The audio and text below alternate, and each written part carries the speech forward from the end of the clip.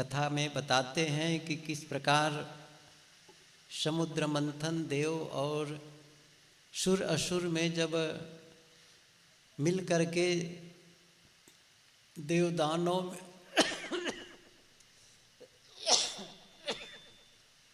मिल करके समुद्र मंथन करते हैं और अमृत जब निकला 14 रत्नों में से अमृत, तो फिर उस अमृत को पीने के लिए दोनों ग्रुप में छीना झपटी मैं पीऊं, तो उसको जो इंद्र का पुत्र जयंत जी लेकर के भाग रहे थे, जा रहे थे, तो शायद विश्राम किए या उसी छीना झपटी में वो बूंद 4 जगह गिर गई। तो उसमें पहला है प्रयागराज, फिर हरिद्वार, उज्जैन और नासिक। हर 12 साल में वो कुंभ लगता है। कुंभ घड़ा जिसमें अमृत ले जाकर के दौड़ रहे थे, कुंभ का मतलब वही है घड़ा। अब वो कितना सच कितना क्या होगा, लेकिन इसका बड़ा महत्व है सामाजिक परिप्रेक्ष्य में। मैं कल थोड़ी सी बातें कही थी कि हमारा भारत देश बहुत बड़ा देश है, विभिन्न संस्कृतियां हैं, मान्यता वाले हैं, रीति रिवाज अलग अलग है। और एक ही प्रांत के होंगे आप लोग तो भी देखेंगे कि पूरब के रीति रिवाज अलग हैं, पश्चिम के अलग हो गए, उत्तर के अलग हो गए, दक्षिण के अलग हो गए। बहुत सारी मान्यताओं को लेकर के देवी देवताओं की पूजा पद्धति में भी बहुत अंतर। यहां से नजदीक है अयोध्या, आप वहां जाएंगे तो एक ही धुन सुनेंगे, सीताराम सीताराम सीताराम। और आप चले जाएंगे मथुरा और वृंदावन तो फिर राधे श्याम राधे श्याम राधे श्याम। अच्छा, बनारस चले गए तो शिव की पूजा है, दक्षिण भारत चले गए तो शिव फैमिली की पूजा है। ये अलग अलग लोगों की मान्यताएं। पानी टपक रहा है, अच्छा तो रोक दो, फिर कैसे किया जाए? अरे भाई एक बाल्टी भेज दो पीछे से, ले आओ ले आओ। देखो हम लोग कुंभ मेला में इतना पुण्य नहीं कमा सके कि पानी रोक सकें। कहाँ से पानी आ गया? ऊपर से।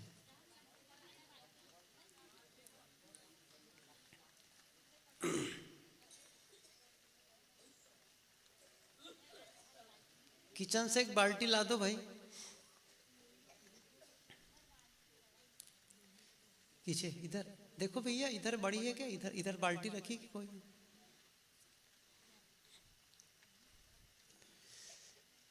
बारिश का मौसम तो बन ही गया है, 2-4 बूंद गिर गया तो क्या करें? यहाँ अमृत की चिंता करो, पानी की चिंता ना करो, है ना? ये सोचो कि हमारे में अमृत कैसे टपके, है कि ना? ये बान ही आता जाता रहेगा। कितनी बार बारिश हुई, पानी से भीगे, खैर वो बंद हो जाएगा। अब ये सोचो कि हमको अमृत मिले कैसे। थोड़ी सी मैं कुछ कहना चाहता था, लेकिन कुछ तो है अंतर। क्या कह रहा था? हाँ, विभिन्न रीति रिवाज के लोग एक जगह इकट्ठे होते हैं, आते हैं और एक दूसरे को करीब से देखते हैं। अब देखो यही कितने लोग बैठे हैं जो अलग अलग प्रांत के लोग, अलग अलग शहर के लोग, अलग अलग परिवार के लोग, अलग अलग संस्कार के लोग आए हुए हैं। और जैसा कि देश में विभिन्न जातियां हैं तो सबके अलग अलग ढंग है। और वे सब एक जगह आकर के, ये तो खैर अपना ही कैंप है, लेकिन और कैंपों में देखोगे बहुत सारे साधु संत के विचार, उनका पहनावा देखो अंतर, उनके विचारों में अंतर, रीति रिवाज में अंतर, एक दूसरे से देखें। हम क्या माने बैठे रहते हैं कि मैं जो जानता हूं वह सही है, मैं जो करता हूं वह सही है और यही अंत है, इससे बढ़कर के कोई दूसरा सत्य नहीं है। मैं सब कुछ जानता हूं, लेकिन जब औरों को देखते हैं तब लगता है नहीं, दूसरे में भी है, दूसरों में भी अच्छाइयां है, और तब मेरा दायित्व तो बन जाता है कि मैं अब उन दूसरों की अच्छाइयों को अपने जीवन में लाऊं। एक दूसरे को देख करके हो सकता है वो देखे और उनको लगे कि नहीं मेरे में भी कमी है। देखिए जीवन के जो बहुत सारे विभाग हैं, तो हम सब जगह सब समय सही नहीं हो पाते हैं, तो फिर लेकिन कुछ लोग हैं जो किसी हिस्से में सही है, कुछ लोग किसी हिस्से में सही है, कुछ लोग जीवन के किसी बातों को लेकर के सही हैं, कुछ उनका ढंग ऐसा है जो हमें अपना लेना चाहिए। और ये कब होगा? जब हम एक दूसरे के करीब आएंगे, देखेंगे, सुनेंगे, वार्ता करेंगे। एक लंबे समय के बाद मिलते थे, और तब आज तो देखो मोबाइल फ़ोन का ज़माना है, टेलीविज़न का ज़माना है, और ये जो media, print media, electronic media, बहुत सारे जो प्रचार प्रसार के साधन हैं। लेकिन आज से हजारों साल पहले जब ये सब साधन नहीं थे तो एक दूसरे से कैसे जान पाते, एक दूसरे के बारे में क्या मिलना जुलना होता, तब साधन भी नहीं। आज तो क्या है, यहाँ बैठो ट्रेन से और बस भारत के दूसरे कोने में पहुँच जाओ, और आप फ्लाइट पकड़ लो तो पृथ्वी के दूसरे कोने में चले जाओ। लेकिन तब बताते हैं बुजुर्ग लोग पहले कि जो तीर्थ पहले जाते थे तो तीर्थ जाने वालों की आशा नहीं करते थे कि वो लौट कर आएंगे, इसलिए कुछ भोजन पानी सबको भोज भंडारा करके जाते थे। भाई अब समझो कि अंतिम है, लौट के आ गए तो ठीक है, ना हो सके ना आ पाए, क्योंकि पैदल चलते थे, अपनी गठरी मोटरी लेकर के, सीधा सामान लेकर के चलते थे, जो कुछ पैसा कौड़ी लेकर के कैसे कैसे व्यवस्था करते थे सब लोग। लेकिन आज तो बात नहीं रह गई है। तो पहले एक दूसरे के बारे में नजदीक से जानना बहुत मुश्किल था, तो तब ये परंपरा चल पड़ी है। लेकिन मैं समझता हूँ आज भी भले ही हम एक दूसरे के बहुत सारी बातों को लेकर के जानकारी प्राप्त कर लेते हैं, लेकिन ये मेला का महत्व तब भी कम नहीं होगा। और इसमें आकर के हम देखते हैं लोगों के कैसे कैसे उनका रहन सहन है, कैसे कैसे उनके विचार हैं, मान्यता है, तो सब करीब आकर के देखना महत्वपूर्ण क्या है। मैं एक चीज बताऊं आपको, वह सब देख करके हम क्या चाहते हैं बताओ। बात यह है अब कि कोई किसी भी प्रकार की मान्यता वाला हो, कोई किसी भी प्रकार के विचार रखने वाला हो, किसी भी देवी देवता को मानने वाला हो, किसी भी संप्रदाय का अनुगमन कर रहा हो, सब के बाद वो सब करके हम क्या चाहते हैं? वो सब का उद्देश्य एक है, क्या? कि हम अपने जीवन को झांके। वो मानो एक जैसे दर्पण होता है ना, दर्पण, तो दर्पण के सामने जब चले जाओ तो आप अपना शरीर देखते हैं, मतलब शरीर, चेहरा देखते हैं, पहनावा ओढ़ावा देखते हैं, तो जैसा है वैसा आपको दिखने लग जाता है। कपड़े साफ है, साफ दिखा, मैला है, मैला दिखा, चेहरा साफ है, साफ दिखा, चेहरे में किसी प्रकार कोई गंदगी है तो वो दिख गया।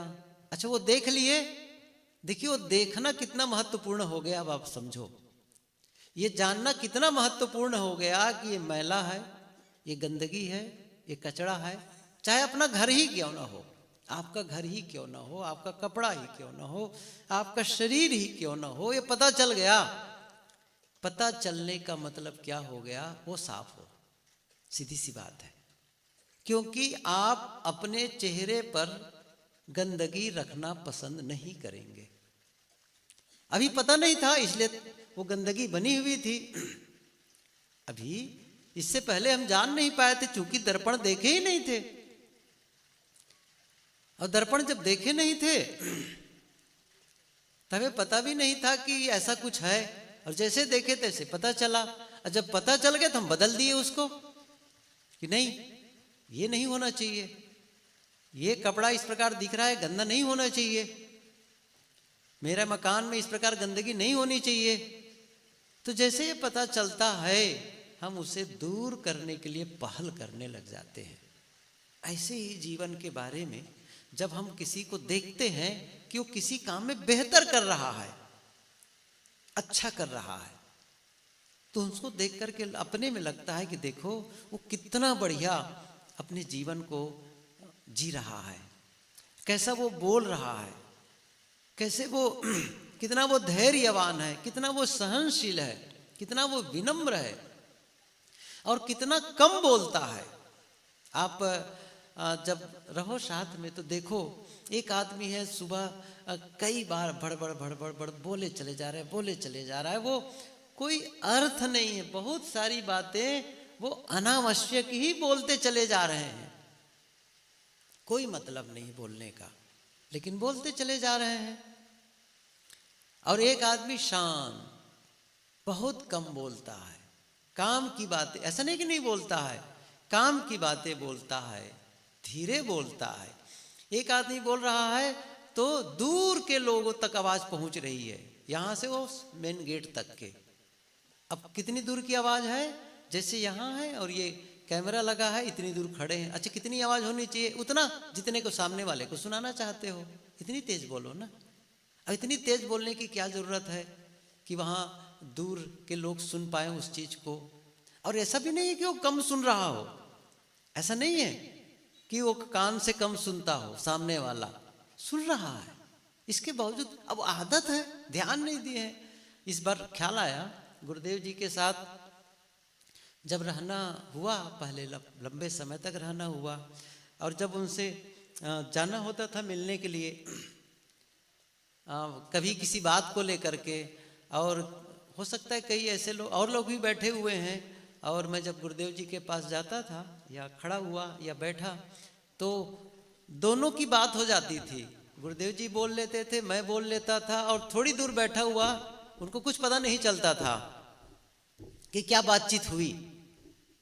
बाजू थोड़ी देर बैठने वाले को पता नहीं चलता था कि क्या बातचीत हुई, आपस में बातचीत हो जाती। इतना धीरे से बोल लेते थे कि हम एक दूसरे की बात को सुन लेते थे।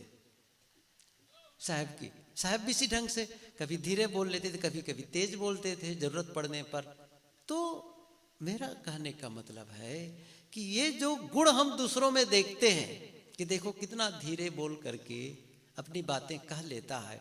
फोन में ही देखो, आप लोग सब समझते होंगे, फोन में ही कुछ लोग ऐसे बोलते रहते हैं जैसे पूरे, वो कहते ना गांव गुहार, आसपास के लोग, दूर तक के लोग सुन ले पूरी बातें। अच्छा, क्या जरूरत है? फोन में तो यूं ही स्पीकर लगा हुआ है, आप धीरे बोल करके अपना मैसेज, संदेश दे सकते हैं। मैं क्यों कह रहा हूं ये बातें? ये जो मैनर्स है ना, गुड मैनर्स जो कहा जाता है ना, एक जो शिष्टाचार, जो अदब लिहाज ढंग है जीवन का, आखिर क्या चीज है जो हमारे व्यक्तित्व को निखारता है? आप बताओ जरा से, इस चीज को देखें, क्या है जो हमारे व्यक्तित्व को निखार रहा है? क्या सुंदर कपड़े,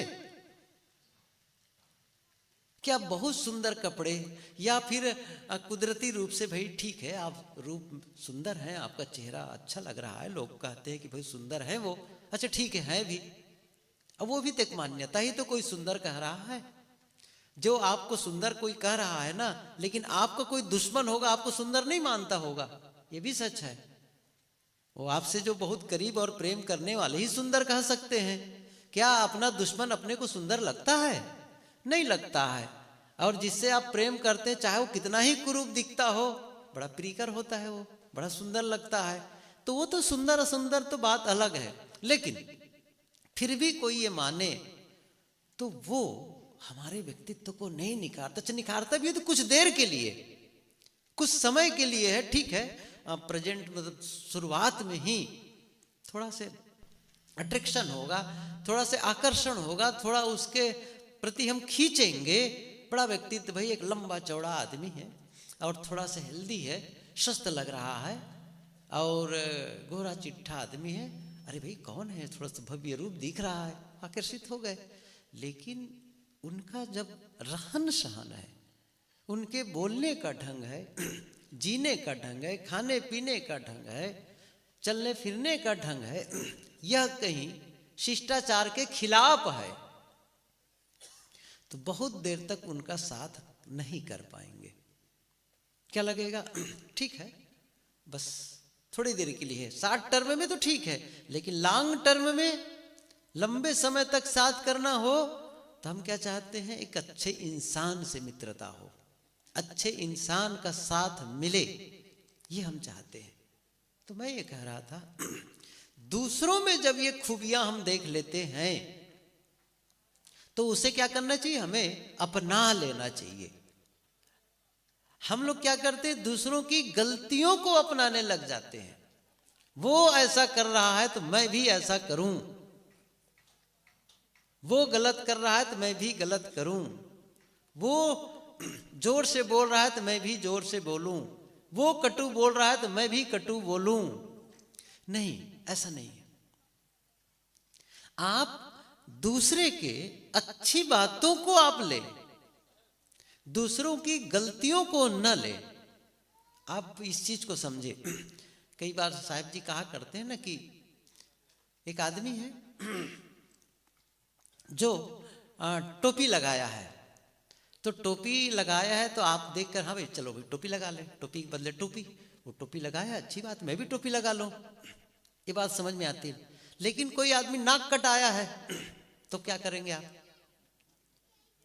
हाँ बताओ मुझे। अच्छा, तो नाक कटाएंगे? मेरा मतलब ये है, किसी के अच्छाइयों को ले लो ना। अब वो कहीं गड़बड़ी कर रहा है, गलत कर रहा है, तो भी आप अपनाने में लगेंगे, तो क्या अच्छे लगेंगे आप? मतलब मैं कह रहा हूं, कोई धीरे बोल रहा हो, मीठे बोल रहा हो, अच्छी बात कह रहा हो, तो ऐसा लगे नहीं मुझे भी जीवन ऐसा जीना चाहिए।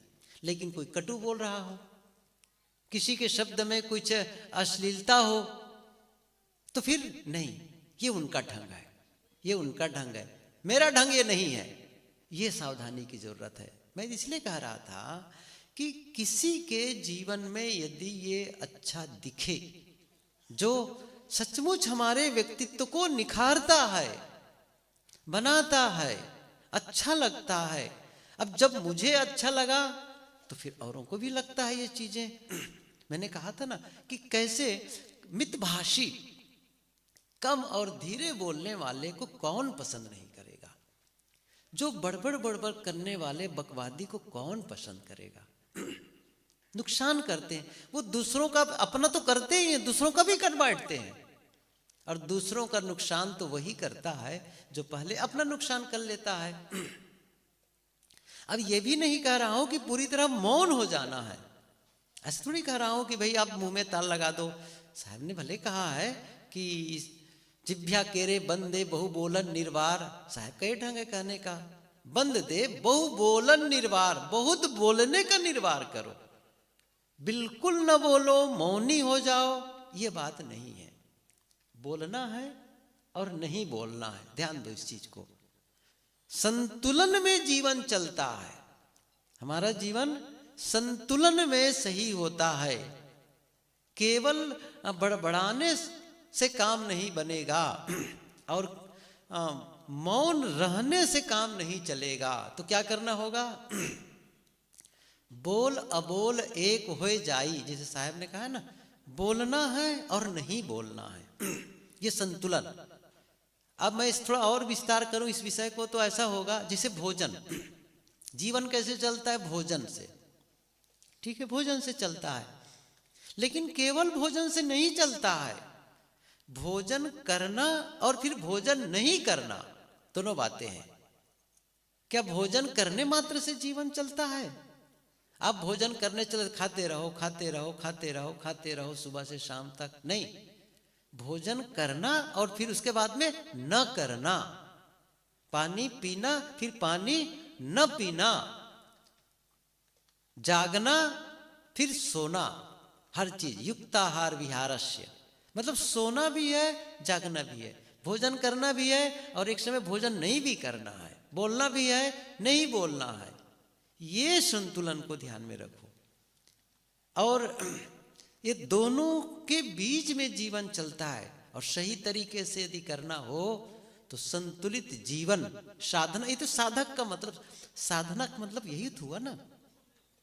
पहले ये जो इलेक्ट्रॉनिक जो तराजू नहीं होता था ना, जिसमें आजकल डिजिटल तराजू होते हैं ना, तो पहले क्या होता था, ऐसा तराजू वाला होता नहीं था जिसमें कांटे होते थे, दोनों तरफ पल्ले होते थे, एक तरफ बाट होता था, दूसरे तरफ सामान रखा जाता था, तो ऐसे उठाया जाता था। तो उठाते समय कांटा सीधा होता था, तो फिर तौलने वाले से देखो भाई ठीक से साध के देना, ठीक से साध के देना, सही साध करके। कुछ लोग यदि कोई गलत तौल दे, वो कांटा मारता है, उनके हम मत जाया करो। कांटे मारने का मतलब वो तौल ही गलत देता है, गलत ढंग से तौलता है। तो कहने का मतलब है ठीक से साध करके। साधना मतलब न इधर झुके न उधर झुके, अति में न जाओ, अति में न जाओ, यही तो साधना है, अति में नहीं। जीवन का संतुलन। तो मैं कह रहा था कि बोलना तो है, लेकिन न बोलने का भी ध्यान रखना है, न बोलने का भी। तो दोनों के बीच में ध्यान रखना है कि नहीं। एक कहानी मैं कहा करता था पहले, अब फिर से उसको रिन्यू कर दूं कि कैसे बोलना और न बोलना दोनों महत्वपूर्ण कैसे है। एक घर था, एक आदमी घर में बिल्ली पाल रखा था, और केवल बिल्ली नहीं पाला था, वो कुत्ता भी पाला था। दोनों, बिल्ली भी थी और कुत्ता भी था। एक दिन घर का मालिक कहीं बाहर गया था और देर में लौटा, थका रहा, वो विश्राम करना चाहता था कि मैं थोड़ा सा नींद में चला जाऊं। तो घर में जो बिल्ली थी,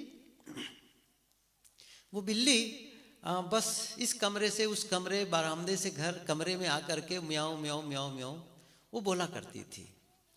और उसके बिल्ली के बहुत बोलने से जो गृहपति था उसकी नींद भंग हो जाती थी, बार बार उसकी नींद खुल जाती थी, और बिल्ली बार बार बोला करती थी। अब घर मालिक परेशान हो गया, और ये कब से बोली चली जा रही है। उठा और लिया डंडा, 2-3 डंडे लाठी से पीटा उसको ठीक से। और जब से तुम म्याऊं म्याऊं कर रही, चिल्लाए चली जा रही हो, चुप नहीं रह सकती हो। अब भले मनुष्य की भाषा न बोले, लेकिन आदमी तो ऐसे ही बोलता है ना, बिल्ली से भी कुत्ते से भी। तो उसको लाठी से पीट करके भगा दिया, भगो यहां से, मुझे सोना है। अब कुत्ता वहीं दरवाजे पर बैठ करके देख रहा था, बिल्ली बोल रही थी, इसलिए बिल्ली को आज पिटाई, बिल्ली की पिटाई हुई है। कहा बोलने से तो पिटाई होती, बड़ा गड़बड़ है। अब कुत्ता ने क्या समझा, अब तो भाई बोलना ठीक नहीं है, क्योंकि इससे लाठी पड़ जाती है। वो दरवाजे पर था, रात हो गई। हुआ क्या, रात में चोर आया और सामान चोरी करके ले गया, और कुत्ते दरवाजा पर ही बैठा था, कुछ नहीं बोला। सुबह हुई, घर मालिक को पता चला कि चोरी हो गई है। अब कुत्ता यहीं दरवाजे पर बैठा है, थोड़ा भी नहीं बोला, रात में भूखना चाहिए ना, नहीं भूखा। अब उठा, देखा, अब कुत्ता बैठा है, तो डंडा लेकर के कुत्ते की पिटाई शुरू कर दी। तुमको इसीलिए रोटी खिलाता हूं, दूध पिलाता हूं, कि रात में कोई आए तो भूखना चाहिए, और तुम मौन साधे हुए हो। अच्छा, बिल्ली की पिटाई क्यों हुई, ज्यादा बोलने के नाते, और कुत्ते की पिटाई क्यों हुई, ना बोलने के नाते। अच्छा, मैं क्या यही बताना चाहता हूं ना, मैं यह बताना चाहता हूं कि भाई बोलना तो है, संतुलन की बातें मैं कह रहा था। तो किसी में कोई गुण दिखे, कोई भी गुण जो हमारे जीवन के मूल्य को बढ़ा दे, जीवन को निखार दे, अच्छा बना दे, उन गुणों को ले लेना। रीति रिवाज की ही बातें हैं, करने ढहने का ही बंद है। कई बार लगता है कि ऐसा करना अच्छा है, वैसा करते रहते हैं, लगातार करते रहते हैं। कई चीजें हैं, चाहे वो बड़े छोटी छोटी बातें देखो, उठो सुबह तो अच्छा कहीं देखो कैसे उठ रहे हैं, वो उठने के बाद क्या कर रहे हैं। कई बार मैंने देखा जब भ्रमण में होते हैं प्रायः, तो लोग जैसे नींद खुली बस थोड़ी देर के बाद में पता नहीं नींद में ही रहते रहते उठते ही आपस में बाजू वाले के साथ बातचीत शुरू कर देते हैं। मैं कहता हूं काहे की बात शुरू कर देते हो? सुबह का वक्त क्या बोलना जरूरी है? पता है उनको पानी कहाँ मिलता है, शौचालय कहाँ है, बाथरूम कहाँ है, सब कुछ ठीक ठाक है, अपने ढंग से निपट ले। अब उस बिला वजह की बातें और कई ऐसी बातें जो वहां से घूम घाम करके देखे हैं, अब उसकी चर्चा शुरू कर दी सुबह उठते ही। क्या जरूरत है इसकी चर्चा करने की? शांत नहीं रह सकते हैं सुबह। एक जगह में था, अभी पिछले जगह एक गांव में, रात में पता नहीं वो 12 बज गए थे कि 3 बजे की शायद बात होगी। अब पहले से सो गए थे 2 मित्र, कहो चाहे वो रिश्तेदार रहे हो। अब सुबह ही उठे, अब जैसे बिस्तर में लेटे हैं, सोढ़े ओढ़े, इतना ओढ़े थे।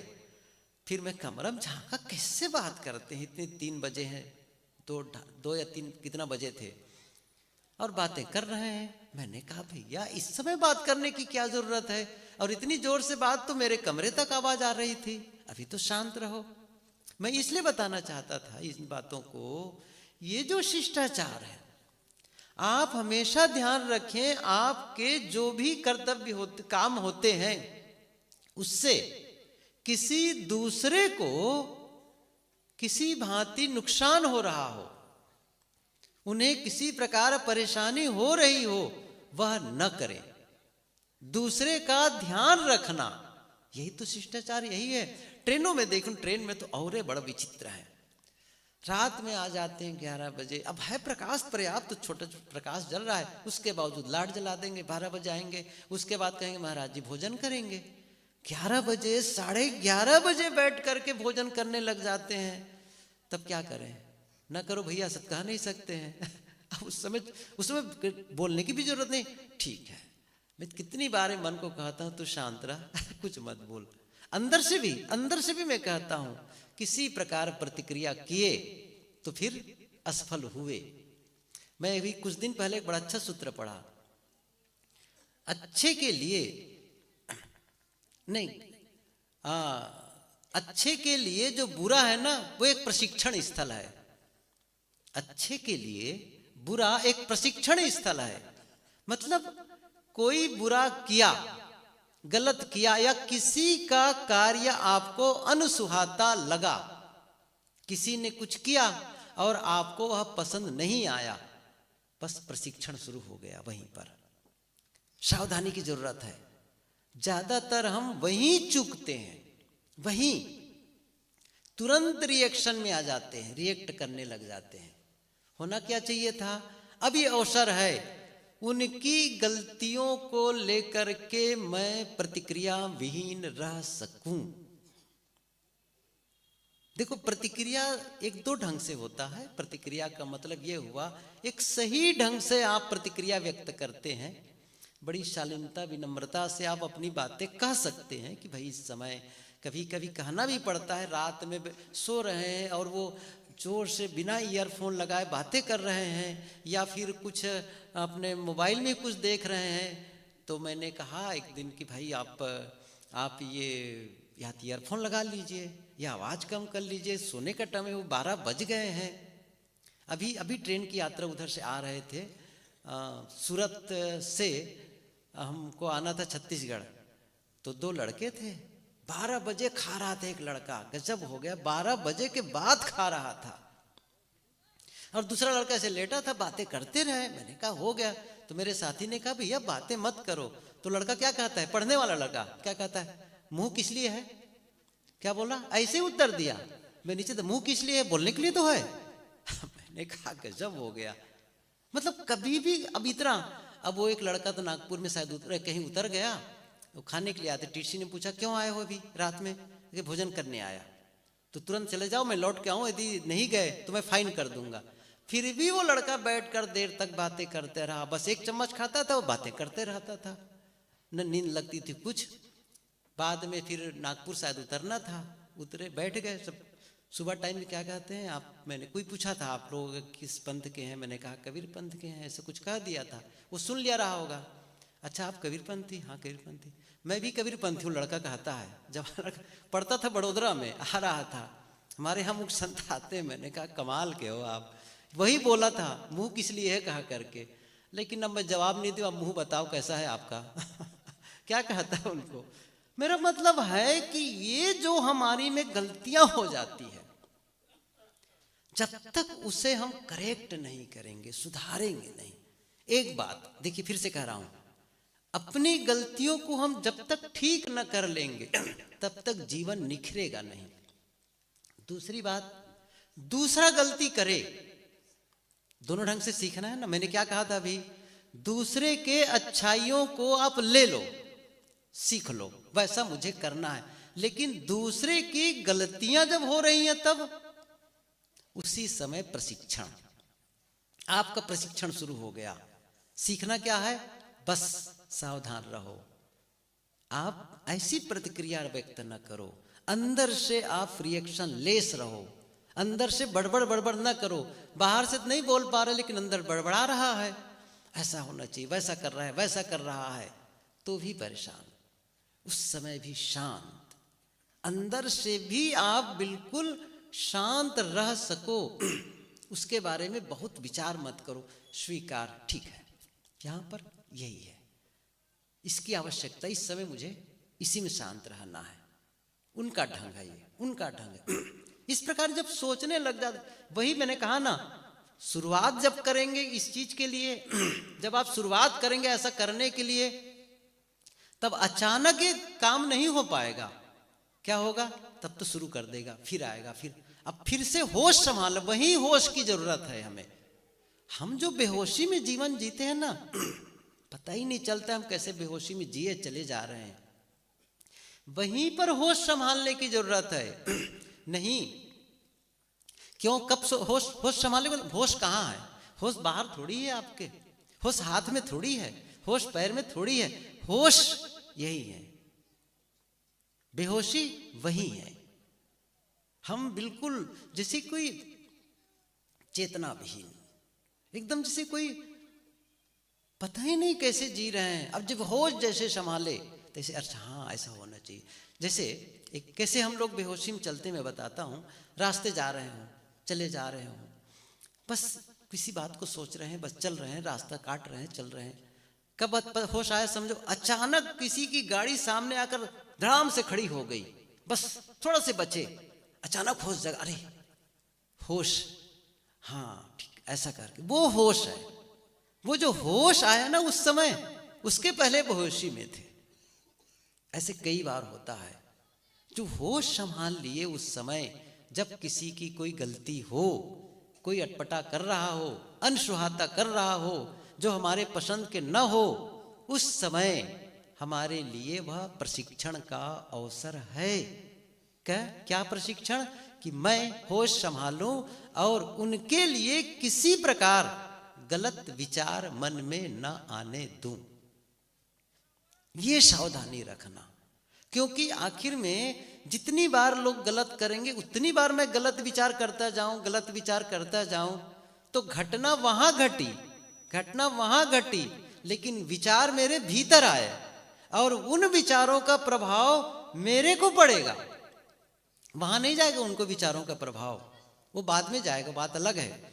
लेकिन यदि मेरे मन में गलत विचार आया, उन गलत विचारों का प्रभाव मुझे पड़ेगा, अच्छे विचारों का प्रभाव मुझे पड़ेगा। बताइए कितनी बड़ी बात है ये। साधना केवल आधा घंटा बैठ लो, 1 घंटा बैठ लो, इतना थोड़ी है।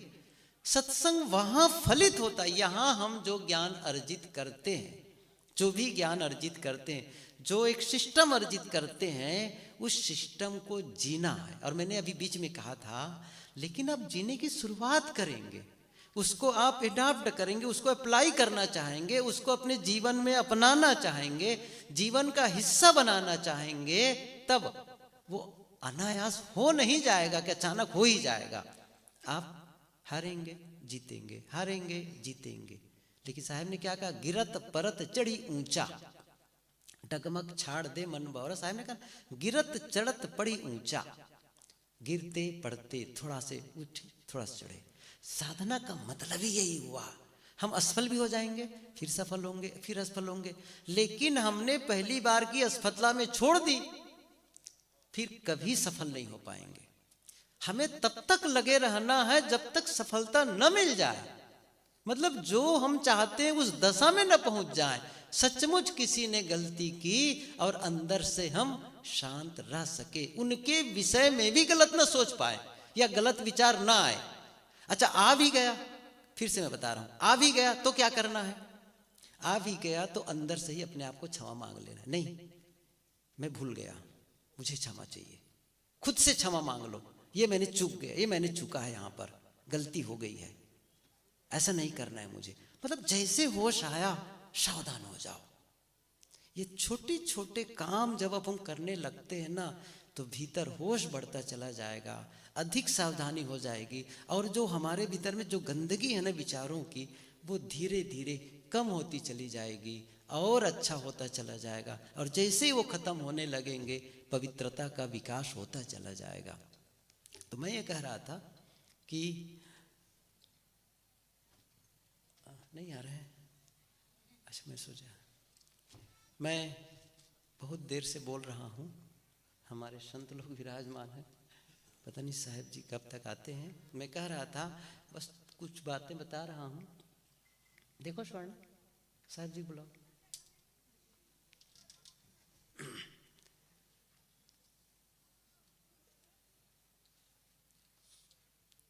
सत्संग जो हम लोग कर रहे हैं ना, ये कुंभ मेला के संदर्भ में मैं कह रहा था कि कुंभ मेला में जब कई रीति रिवाज के लोग इकट्ठे हो जाते हैं, विभिन्न परिवार और संस्कार के लोग इकट्ठे हो जाते हैं, तो एक दूसरे के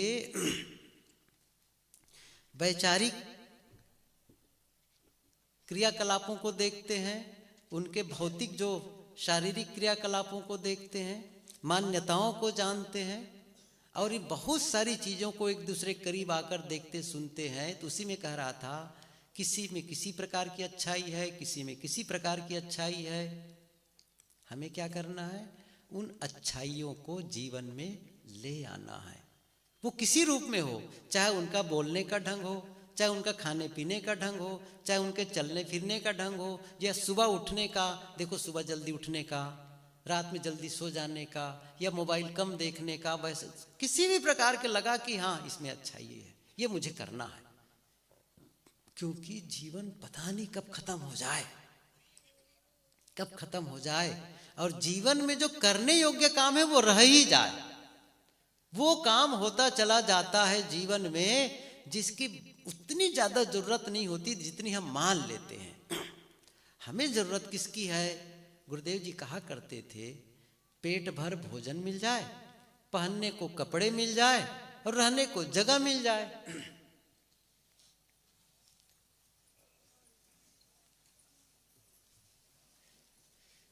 हाँ थोड़ा सा बहुत देर से बैठे हैं, पैर थोड़ा अकड़ रहा हो, थोड़ा सा उसको ठीक ठाक कर ले, है ना, हिला डुला ले, और जिनको आगे बढ़ना आगे बढ़ जाएं, और जिनको पीछे जाना है पीछे चले जाएं। बोलिए सदगुरु देव साहेब बंदगी।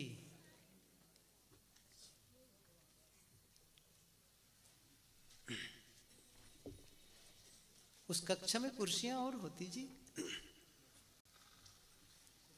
भैया कल कुर्सी लाए थे, ओ भाई वो चश्मा लगाए, वहां कुर्सी लाए थे, कुर्सियां और है क्या? चाहे ला दो। नीचे रखना, नीचे नीचे नीचे।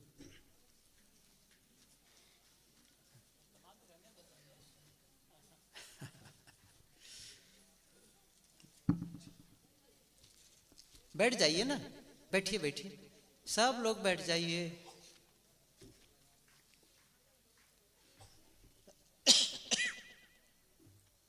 बोलिए सदगुरु कबीर साहेब की। काफ़ी देर से बैठे हुए हैं और इसी के लिए आए भी हैं। आज तो दस्तूर भी बनता है कि बाहर जाते नहीं बन रहा है, वैसे भी भीग जाएंगे, बैठ के सुनना है। अवसर का लाभ लेना चाहिए। अवसर मिला, किसी का मन भी बना होगा बाहर जाने का और बारिश के नाते नहीं जा पाए तो धन्यवाद दो, हमको सत्संग का अवसर मिला।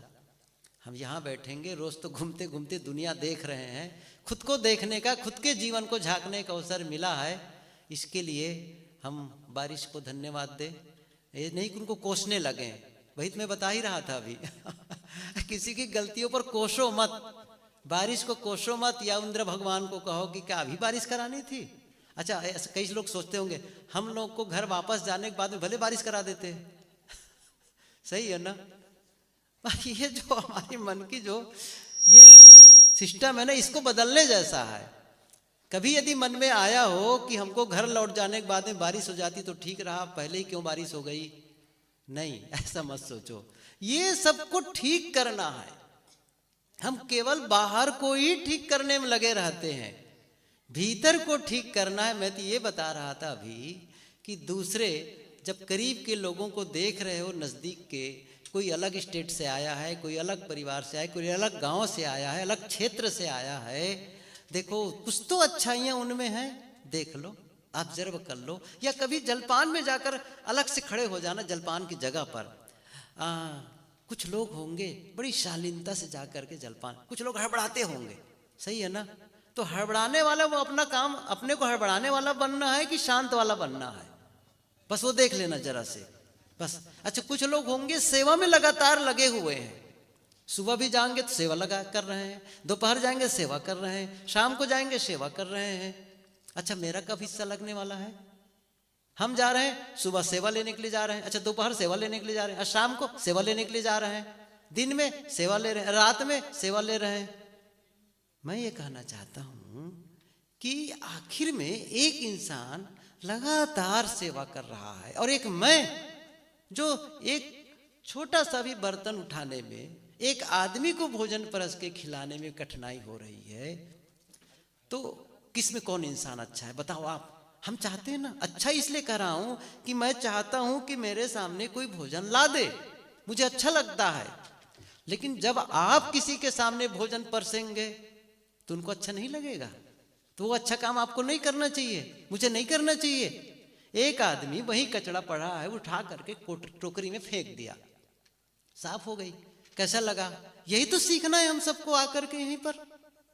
सुबह उठा, जल्दी स्नान करके आ गया, या व्यायाम कर रहा है, या फिर वो ध्यान में बैठ रहा है, या पाठ कर रहा है, देखो बेचारा उठा है और इतना कर रहा हूं, मैं सोया हुआ हूं देर तक के। अच्छा, क्यों देर तक सोया हूं? देर तक मोबाइल देखता रहा, देर तक बातचीत कर, देखते घूमता रह गया। नहीं, मुझे ये भी करना है। आप पुण्य की नगरी में आए हो, गंगा यमुना के तट में हो, तो पुण्य कमाना है। अब पुण्य केवल गंगा स्नान से पुण्य नहीं मिलने वाला है, इन सद्गुणों को धारण करेंगे, यही पुण्य बढ़ता चला जाएगा। ये हम सबको करना है। तो कुछ बातें थी,